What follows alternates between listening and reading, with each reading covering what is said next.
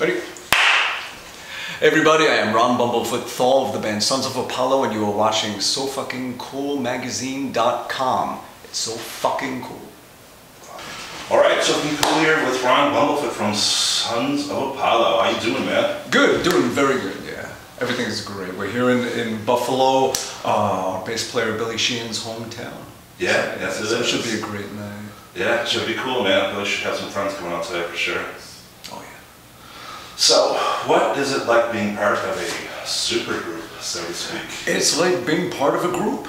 Every band is the same. Every band, and it's what we love about bands, is that you have a bunch of personalities that come together, and it's just one of a kind. Every band is just one of a kind. When you play with a lot of bands, it's just, you know, a bunch of guys getting together, and each one has their personality, and that shows in the music, and it shows in, you know, when you're off the stage. We definitely have a blast. It's at the point now, it's been happening for the last few days, that me and Jeff, the singer, are saying the same things at the same time. Right. And like, he'll start humming a song at the same time that I just blurt out the words to it. Of just random stuff. Like, we've gotten to that point of the mind reading thing.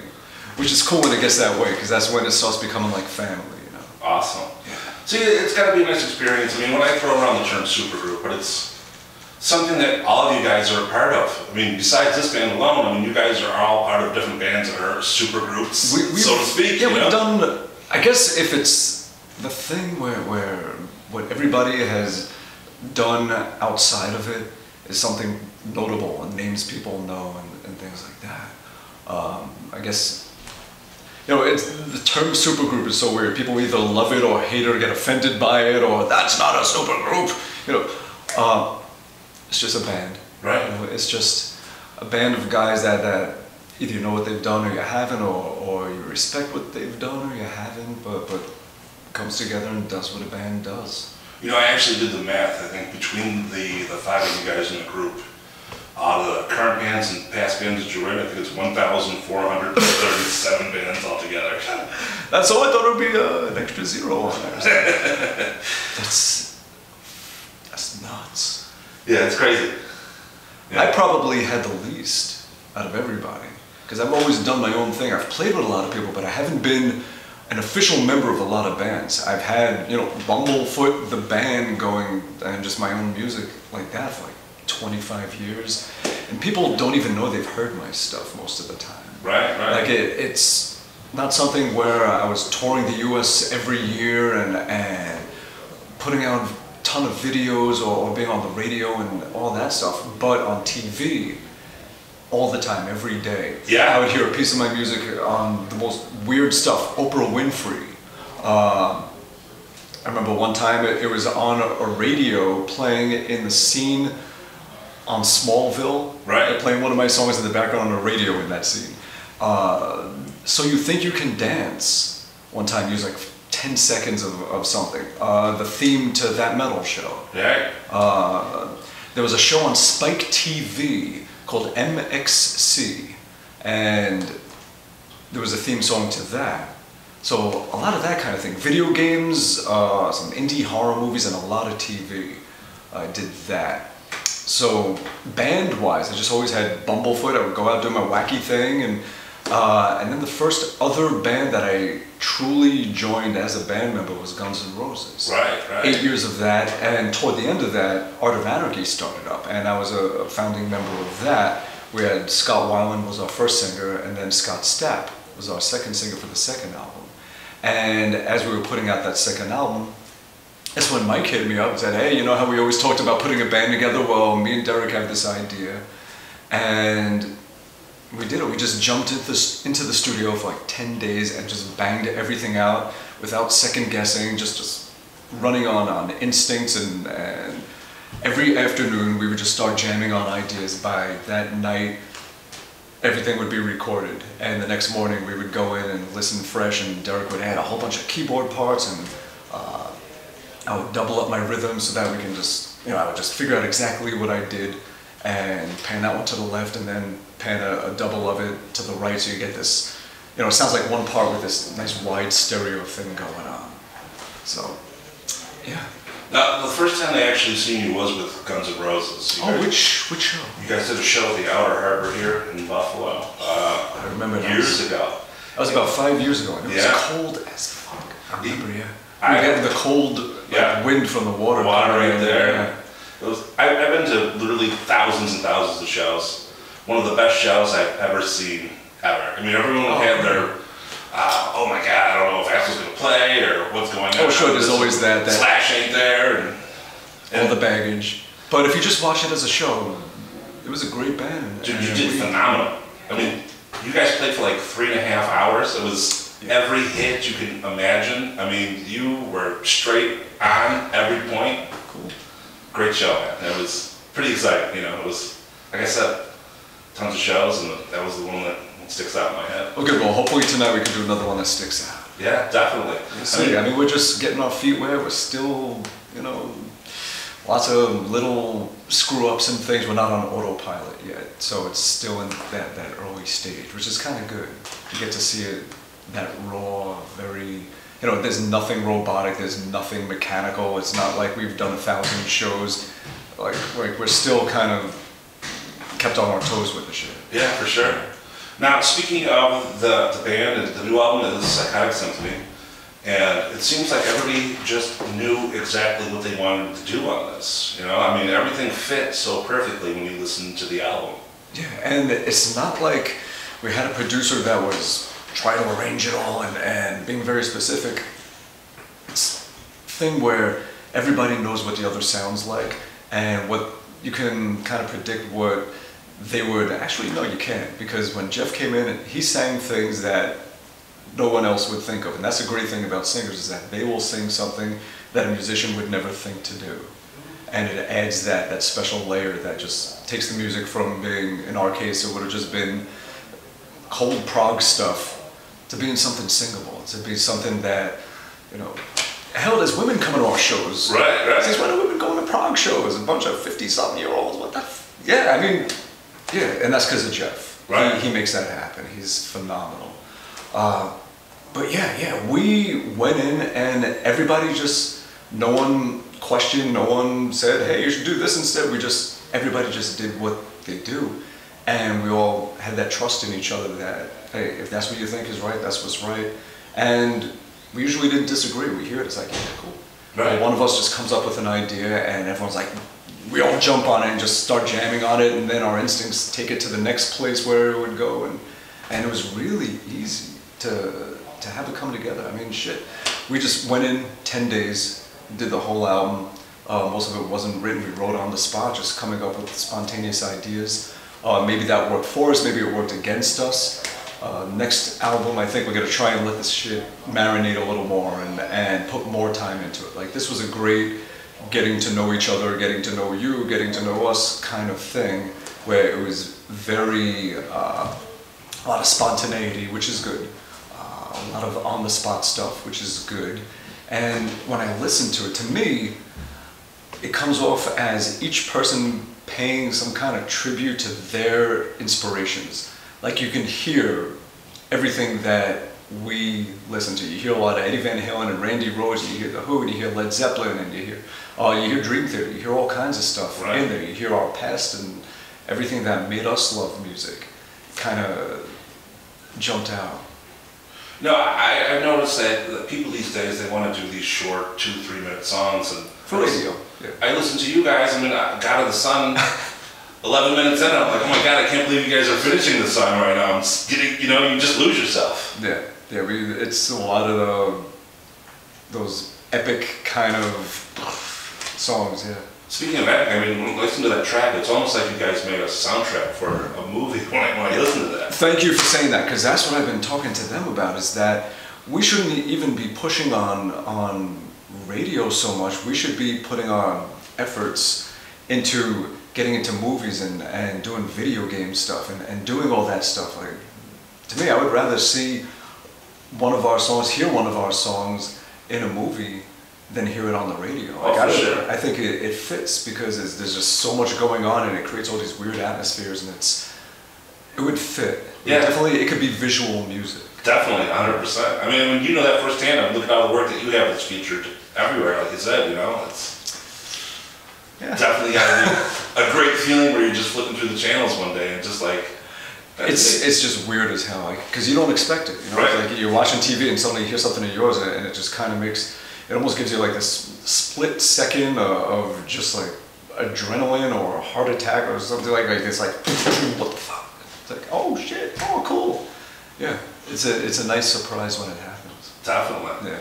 And for the fans out there that are coming to see you guys live, they have a lot of treats in store. I mean, you guys play a lot of tracks off the album. You guys do a lot of stuff. We do the whole album. We do some extras. Do like Halen. So we do some Dream Theater covers in there too. I do my little Pink Panther guitar solo thing that I would do. You guys do something unique, a vocal solo. Oh yeah. He does this with delays where he's harmonizing to himself, creating these building harmonies and everything. It's really cool. It's a Freddie Mercury thing. Right. Yeah. That's awesome. Yeah, I got a little footage of it, and it was like, well, I can't wait to see this live for myself. Yeah. Now, it's got to be an interesting thing to see the fans there, because I'm sure you guys got fans of you, fans of Billy, fans of Jeff, fans of Mike. I mean, everyone comes together to say, oh my God, look at this project that's in front of me right now. The reaction has been better than I thought it was going to be. Not that I expected it to be bad, but I just expected it to be very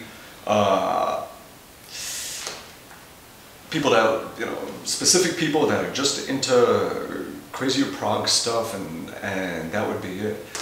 But wherever I went in the world for the past 6 months, like since we announced the band, first thing that would come out of their mouth, I went to Bangladesh, and like, when is Sons of Apollo gonna come? Right. Wherever I would go, that would happen.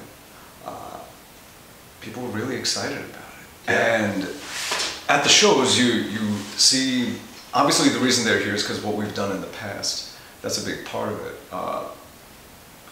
But at the shows, people are singing along. They know the choruses. They're singing parts of the songs. They know the stuff.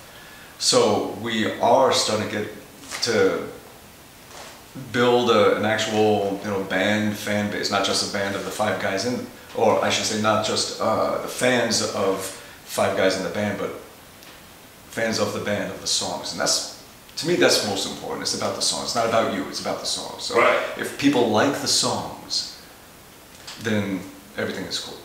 Definitely, yeah. Definitely.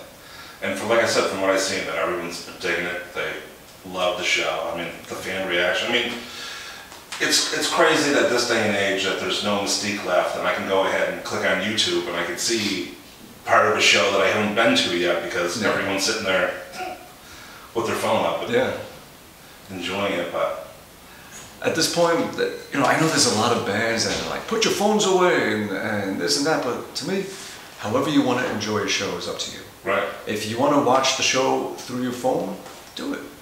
That's fine. If you want to take a memento home and share that with people and say, look at watch this video I took of the band, do it. I'm okay with that shit. Like, to me, it's about them. It's not about what you want. It's about what they want. Definitely. So, however they want to enjoy the show. If someone wants to sit down, if someone wants to scream his fucking head off, if someone wants to film the whole damn thing, if someone wants to put their camera away, whatever it is, that's fine. It's however they choose. They should have the freedom to choose how they want to enjoy a show that they were gracious enough to buy a ticket for and come see. Right. Shouldn't put too many restrictions on them. It's that one experience that you have to lose yourself for a couple hours. I mean, you go to a show to escape the reality, to watch something and just focus on, like you said, however you may choose. Everybody comes together. For sure. Beautiful thing. Hopefully, although I would find a lot of times people would start a fight during a ballad. Did you notice that? Yeah. It's usually during the ballad that 2 people in the front row that are fighting for this much space or something start swinging. Right. Stuff like that. But, hopefully that doesn't happen and people are all just embracing and enjoying the moment together. For sure, definitely. Yeah. Now, is it a little bit chaotic with everybody doing different projects when you're on the road, and you guys are focusing on this right now, and you guys got a few dates remaining on this, and I know you guys are going to Brazil, and then you guys are going overseas after that. We are going to be announcing very soon a full U.S. tour. In April and May, we'll be doing a lot more, yeah. For this year, I think we're all focusing as much as we can on this. We can't let everything else wither on the vine. We have too many other things. Right. So we still have to, we can't neglect everything else. But the priority and the focus is this, and we want to start on the second album immediately and keep this going and invest ourselves in it. Because that's what fans want. They don't want a one and done. Right. You know, they want a relationship. They want to be invested in it as well. They want a band that is going to be a soundtrack to moments in their lives for the next 20 fucking years. Definitely. We all want that. Yeah. And they don't want a band that's not genuine. They want something genuine. The fans are genuine. They need a band that's genuine. So we're going to try and do that. You know, there's so many moving parts to it all. Yeah. And it's so easy for it to all just get destroyed. Like, all it takes is like business people to not set things up, and then we have nothing to do. Right. You know, we're relying on them to book shows or to make events or to do something that keeps us all together, the band and the fans, so that we can keep on going. If they don't do that, then we have nothing, and it's usually too late that we find out to even make up that time. So that can kill a band.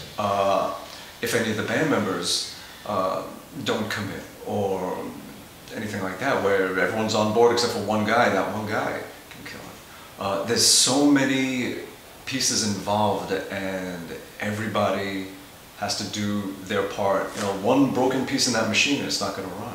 Yeah. So everybody has to be fully committed and invested for any band to make it work. And we're keeping fingers crossed. You know, we're just getting off the ground. It's like a rocket getting off the ground. It's like, let's hope the fucking thing doesn't blow up. You know, and as long as we get to orbit. Now, do you guys do a bit of writing now that you guys are all together? I mean, it's got to be chaotic to squeeze you guys. Derek is a writing machine. Derek writes and writes and writes. Before the album was even released, he was sending me videos like, check out this riff I came up with. It's like, and if you double that, that would sound really cool. I'm like, what the fuck did you just do? Right. Yeah, so definitely, I think for the longer US run, I'm going to get a mobile recording rig that we can keep on the bus so that we can write and demo ideas and get that happening. Because most of the time the way it's worked out is where on the bus by 12, the bus doesn't roll out till about 3 in the morning. So in those hours, as long as everyone's not too shot, that would be a good time to just kind of jam and do all that stuff. Because once we get into town, when we wake up, it's all just making yourself all pretty, and or in my case, not, and doing this, you know, doing any press stuff, getting the word out, and thank you for that, because without you, people won't know. Right. So, cool. Now, one thing I want to talk to you about is, speaking of press and having to do interviews, I mean, it's about spreading, like you said, spreading the word about the band, talking about the process and shit we talked about during this. Yeah. Does it bother you now that people want to go ahead and try and get a blurb out of you, talking about some kind of crazy shit just to that frustrates everybody, yeah, because like this, we're having a great conversation. Now someone else is going to be like, oh, I can be an opportunist little shit, and I can take one thing that someone said and twist it around to make it something that's inflammatory, which is not fair to that person who didn't say it in that context. Or, you know, if it's starting shit between two camps or something like that, that's not cool. It's not fair to manipulate the fans and get them all riled up in a negative way. And why is this person doing that? So that they can make money on more ad revenue, getting more clicks. And that's just shit. It is, yeah. It is shit. Well, so, you know, hopefully, I think the majority of you know, the press world doesn't do that. Like, I think that they do it because they love it and they feel like they have this moral obligation to be the conduit between members of the world and getting the word out and transferring the information and helping things become bigger. I think that's where most people stand with it all. But every once in a while, you know, a headline will get out and I'll just wake up in the morning and I'll be like, that's not how I said it. That's not what I meant. I didn't, you know, it looks so evil in print, right? You know, but within 2 days it's gone. If you just leave it alone, it fizzles away. Everyone is cursing you out for 2 days, and then they're cursing someone else out. Yeah. people want to follow up, they want to know more about the band, they want to know the tour dates, they want to order the CD, where are they going to go, what are they going to do? Sonsofapollo.com. On Facebook, it's Sons of Apollo 1. Instagram, I believe, is Sons of Apollo 1. And Facebook, I believe, is Sons of Apollo 1. As far as all the handles, I should really check that. I might be sending you to some other Sons of Apollo. Or you can follow us individually, of course, too. For me, everything is just Bumblefoot, Bumblefoot, Bumblefoot. Facebook.com/Bumblefoot. Instagram, IG handles, Bumblefoot, Bumblefoot.com. Everything is just, when you look up Bumblefoot on Google, you're going to find either a picture of a bird's foot with a big, ugly wart in the middle, or me. So, yeah, so it's real easy to find us and what we're doing. But definitely, yeah, just Google away, Google us. Yeah. Perfect. All right, man, thank you for your time. Looking forward to the show, and I love everything from you guys so far, and I can't wait to see what's next. Thank you so much.